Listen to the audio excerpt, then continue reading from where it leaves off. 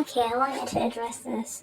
For some reason, they always had this idea that divested sectors have to specifically do with, basically dark-skinned black women, generally, and particularly self-hating dark-skinned black women. It's always the same thing.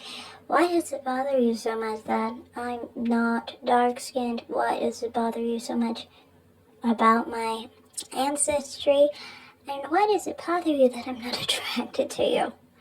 Because the real truth of it is, you have a hate towards dark-skinned women, and you don't like your own image because you're dark-skinned.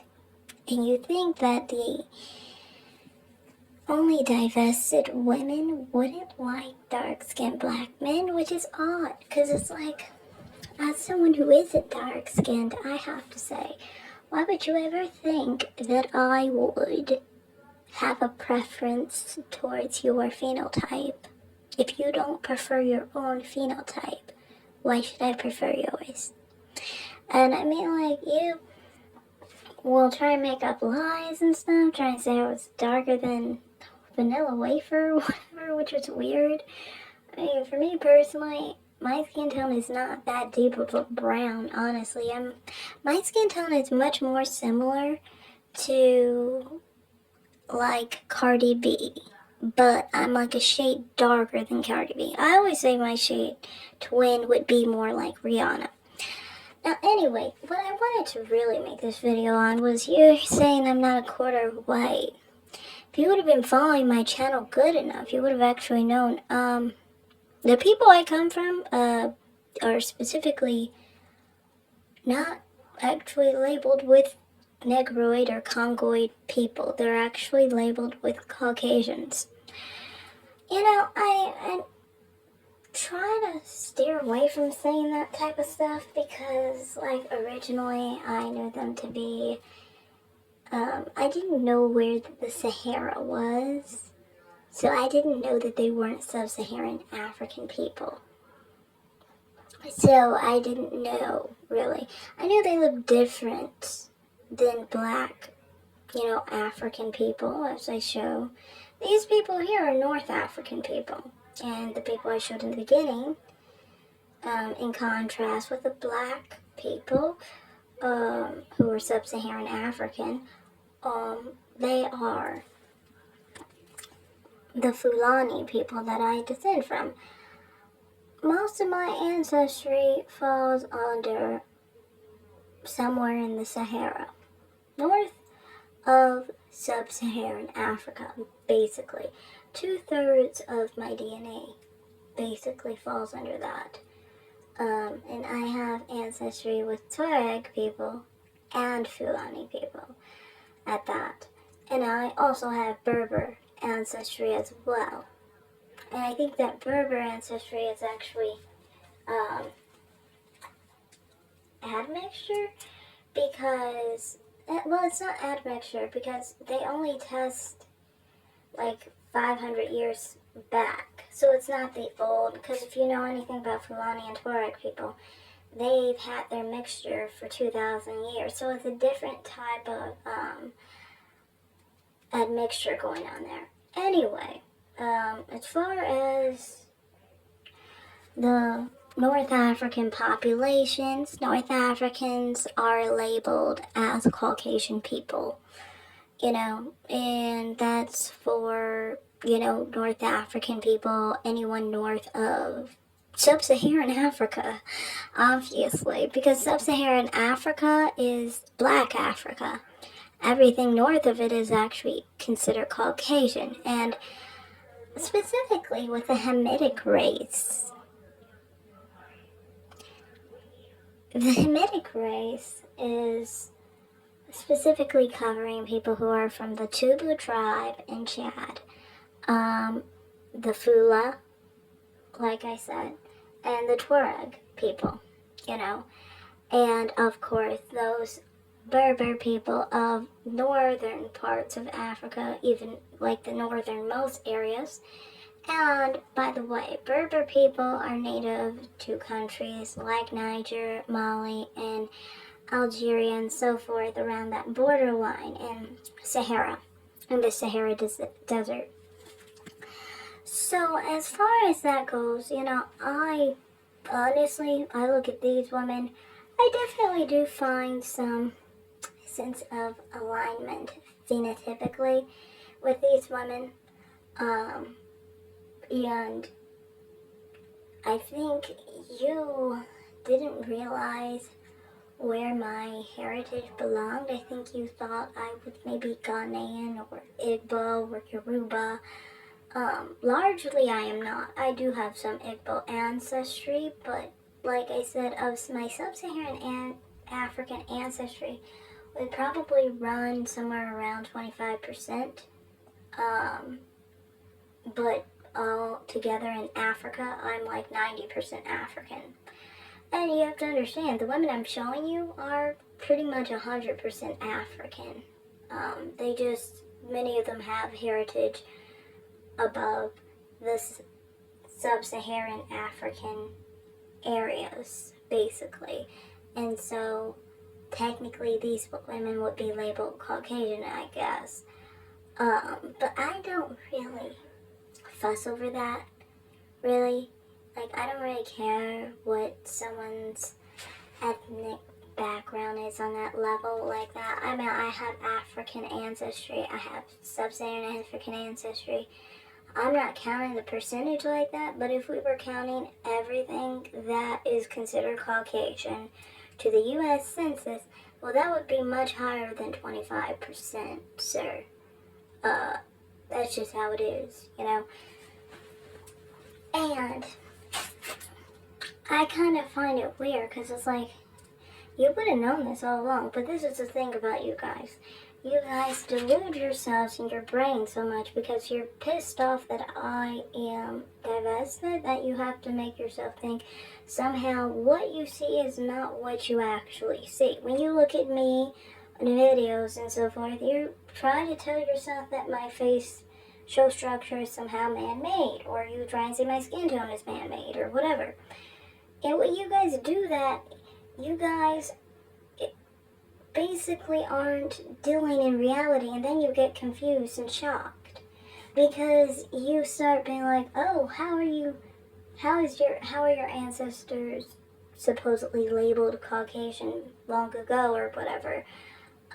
They've been labeled Caucasian for 300 years according to the U.S. Census, according to the Caucasian race and how it's designated to specifically the subset of the Hamitic race.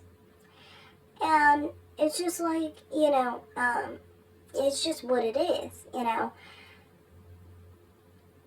I think if you were just looking at me like a normal person, you would have already known that, because honestly, I've lived my life and I haven't actually had to disclose that I'm black all the time.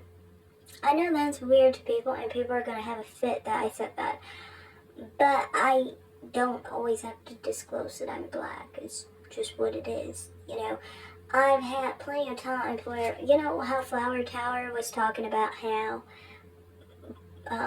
white people are racist. And I tried to point out to her that it's not white people that are racist, it's white liberals who are racist. But I can tell you from personal experience, white liberals never impose that racism on me, really. What they would do, they would impose a whole new different type of racism, but you get what I'm saying. Anyway,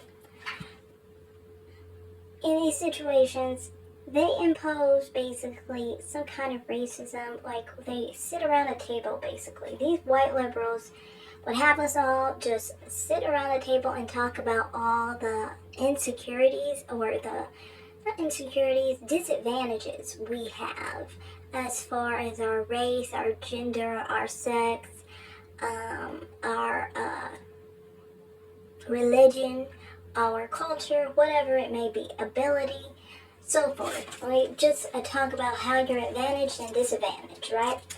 Well, for me, they never impressed upon me that my race was something that was a disadvantage.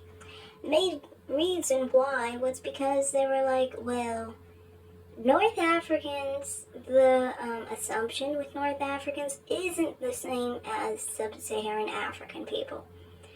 It really isn't. For one, Black Americans have a whole different stereotype from African Americans. And then on top of it, the North Africans aren't really even seen in the same idea as sub-Saharan African people. They'll say this weird thing always bothered me because they would always say like North African, like the Middle Eastern North Africans. Like that would be annoying to me because North Africans aren't Middle Eastern, by the way.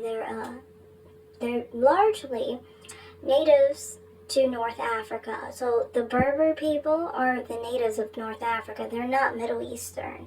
They just mean to say that they are, I guess,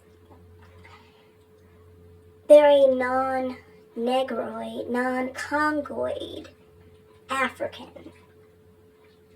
You know, but they're still an African. They're not Middle Eastern. You know what I mean? So, I mean, like, anyway, the whole thing that I was kind of, like, impressed upon when I was around these people was the stereotypes that you get when you're North African are very different than when you are Black in these circles. Because when you're Black, you gotta cry about the police, you gotta cry about racism, you gotta be talking about how you have problems education-wise, you have problems with economics, you're discriminated nonstop. That's what you experience when you are around white liberals and they are talking to you about Black Americans and how Black Americans are supposed to suffer in this many ways to impose how inferior Black Americans are, right? Which is terrible. When I was around them, it wasn't like that. They were more so like, well, they expected me to cry about terrorism and the connotations against being a Muslim American, things like that. And honestly, in my life experience, they were right about that actually. So I never really felt that offended by it because it was like I've experienced statements and some really rude stuff. And I always felt like the stuff having to do with Muslims and being of like North African ancestry and so forth, to me, I always felt like those things were more so associated with like, you know, terrorism, and it also seemed like it was more acceptable. Like, if you called a Black person the N-word, that was less acceptable than calling a Muslim a terrorist, and saying that, you know, making fun of their religion and so forth. One, because one is a race, and, you know, you can't change your skin tone, but you can change your religion. Not that I'm saying that people should change their religion. I don't. I wouldn't change my religion. But what I'm saying is that that's why I think it was always more acceptable. And from my experience, I always experienced that was more people's go-to to attack you. And honestly, it wasn't just me. I've seen people in my family who were attacked in the same dang way.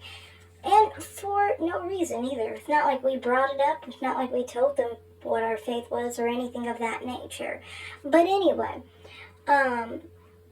so yeah, from my experience, what I've been treated like in my life was more so in that direction.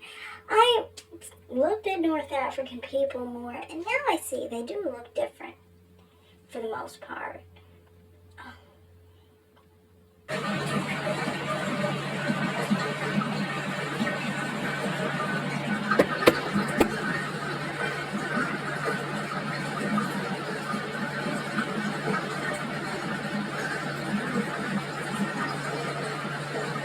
So, to me, I personal experiences had always let me know how and why you guys have more of a moment where you, I guess, have felt triggered, I guess, by my phenotype or whatever, and things of that nature. But, wanted to end actually in saying that, for me, my personal preference on the other side of it is actually that I actually prefer men that look more similar to me. So when you guys talk about self-hate and all this stuff, you guys don't pay attention to the fact that I have never attacked men with my own image. Ever. Some people might have a fit with that on the divested sector, but I've never done that. I only go after dark-skinned black men because you guys are annoying. You're pitiful and sad because you can't love yourself. You can't love your own phenotype. You're busy trying to get interest and attraction from people of other colors because you don't think your color matters and it is valuable. You think it's basically a liability. So, I mean, from my perspective, if you don't like it, why should I like it? And honestly, from my personal perspective, to me, dark skin does look very different than, you know, tan skin, which is what I'm used to. I have a caramel complexion. My natural complexion is around 330 to 370, somewhere in that range in the winter. So I am definitely a caramel, you know, tan hue. My foundations, I find them in the tan hue. I like men with a tan hue. Things that dark-skinned men have, like dark, feces-looking nipples and a male member that looks like feces, obviously isn't going to be my preference because you have to understand I don't have your skin tone, and that doesn't look normal. See, my female genitalia don't look like that. And let's just get into that a little bit. Some people who are female, who have your color, look different than I do. We don't have to get all into how, but they do look different. I have a different color, and so for those reasons I just prefer men my color or lighter. You know, tan is the most normal color that ever was, in my opinion, and everyone loves that color. Everyone wants to be it. Either you bleach or you tan to be our color. So, that's all I have to say for this video. Thanks for watching, everyone. Like and subscribe.